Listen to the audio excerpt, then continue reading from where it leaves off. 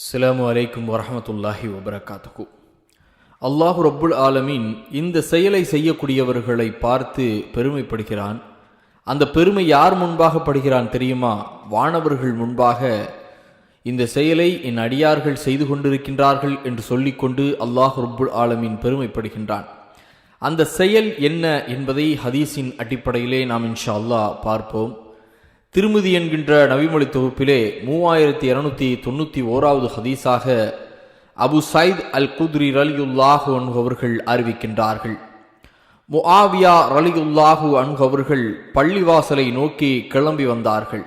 அங்கு அமர்ந்திருந்தோரிடம், நீங்கள் இங்கு அமர்ந்திருப்பதற்கான காரணம் என்ன என கேட்டார்கள்.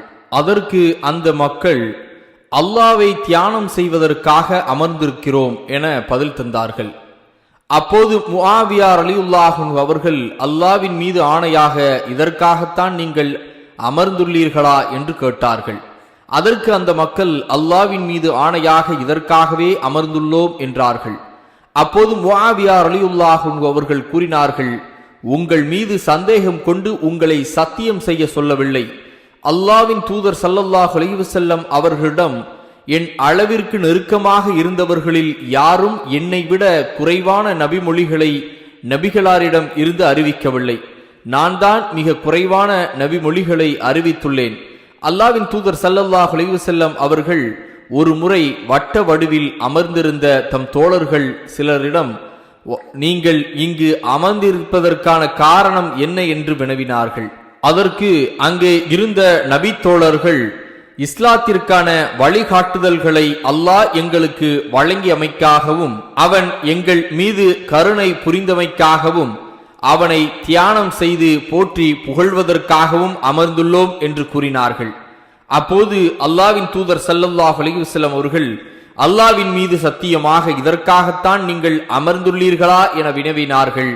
அதற்கு தோழர்கள், அல்லாஹ்வின் மீது சத்தியமாக இதற்காகவே நாங்கள் அமர்ந்துள்ளோம் என்று கூறினார்கள். அப்போது அல்லாஹ்வின் தூதர் ஸல்லல்லாஹு அலைஹி வஸல்லம் அவர்கள், அறிந்து கொள்ளுங்கள், உங்கள் மீது சந்தேகப்பட்டு உங்களிடம் நான் சத்தியம் கோரவில்லை. மாறாக ஜிப்ரீல் அலைஹிஸ்ஸலாம் அவர்கள் என்னிடம் வந்து, அல்லாஹ் உங்களை பற்றி வானவர்களிடம் பெருமைப்பட பேசுகின்றான் என்று செய்தியை என்னிடம் தெரிவித்தார்கள் என்று நபி ஸல்லல்லாஹு அலைஹி வஸல்லம் அவர்கள் கூறினார்கள். ஆகவே பள்ளிவாசலாக இருக்கட்டும் அல்லது நம் வீடுகளாக பொது இடங்களாக இருக்கட்டும், அங்கே அல்லாஹ்வை நினைவு கூர்ந்து திக்ர் செய்து பிரார்த்தனை செய்து கொண்டிருந்தால் அல்லாஹ் வானவர்களிடம் நம்மை குறித்து பெருமைப்படுகின்றான், பெருமையோடு பேசுகின்றான். இந்த வாக்கியத்தை உங்களுக்கும் எனக்கும் அல்லாஹ் தந்தரல வேண்டும் என்று பிரார்த்தனை செய்கின்றேன்.